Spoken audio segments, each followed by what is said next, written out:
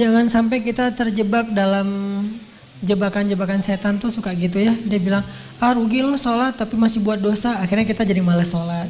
Padahal sholat itu cara kita untuk ninggalin dosa. Inna sholata tanhal fahsya wal munkar. Itu sifat dari sholat, itu mencegah kita dari dosa. Udah Ustaz tapi gak tercegah. Lihat, minimal ada rasa feeling guilty kan. Itu bukankah itu bagian dari progres spiritual dalam diri kita? Dulu kita kan gak feeling guilty berbuat dosa. Sejak kita mulai sholat, berbuat dosa mulai feeling guilty kan, walaupun gak langsung bisa meninggalkan. Itu udah progres loh.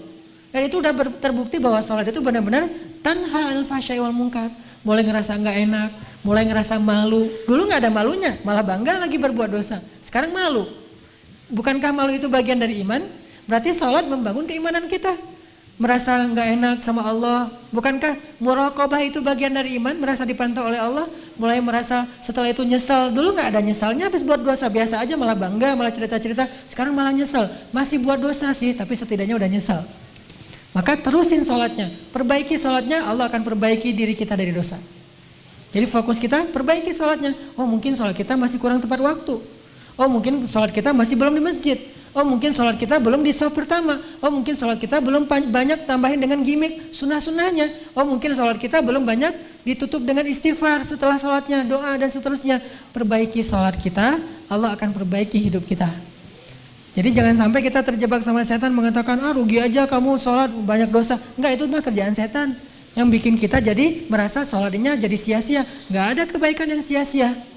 Sholat itu kan kebaikan, nggak mungkin sia-sia. Tapi masih korupsi Ustadz, masih bohong, masih curang, masih apa? Nggak, itu urusan lain. Yang jelas, jangan sampai gara-gara udah terlanjur bikin dosa meninggalkan kebaikan yang sudah kita kerjakan. Itu lebih buruk lagi keadaannya. Makanya mending sholatnya perbaiki, nanti Allah akan perbaiki hidup kita.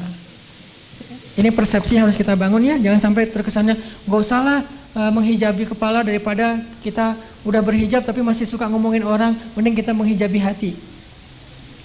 Nggak ada menghijabi hati, karena menghijabi hati itu sesuatu yang buruk. Khatamallahu ala qulubihim. Allah menutup hati mereka kan. Hati itu jangan ditutup, hati itu dilapangkan, dibuka. Alam nashrah laka sadrak. Jadi yang benar menutup kepala, membuka hati, bukan menutup hati, membuka kepala, kebalik.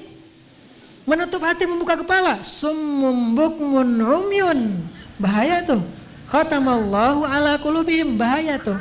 Kalau menutup hati, tapi kalau menutup kepala membuka hati, memang harusnya kayak gitu. Jadi bukan sebaliknya menutup hati membuka kepala. Ini persepsi umum yang disebut dengan syubhat, pemahaman-pemahaman yang keliru di antara umat Islam yang mudah-mudahan bertahap kita perbaiki. Termasuk tadi, sia-sia sholatnya masih bikin dosa, enggak. Justru dengan sholat dia bikin dosanya udah mulai merasa bersalah. Udah mulai merasa malu, udah mulai merasa menyesal setelahnya, udah mulai mengurangi sedikit-sedikit walaupun belum bisa maksimal. Setidaknya seperti itu.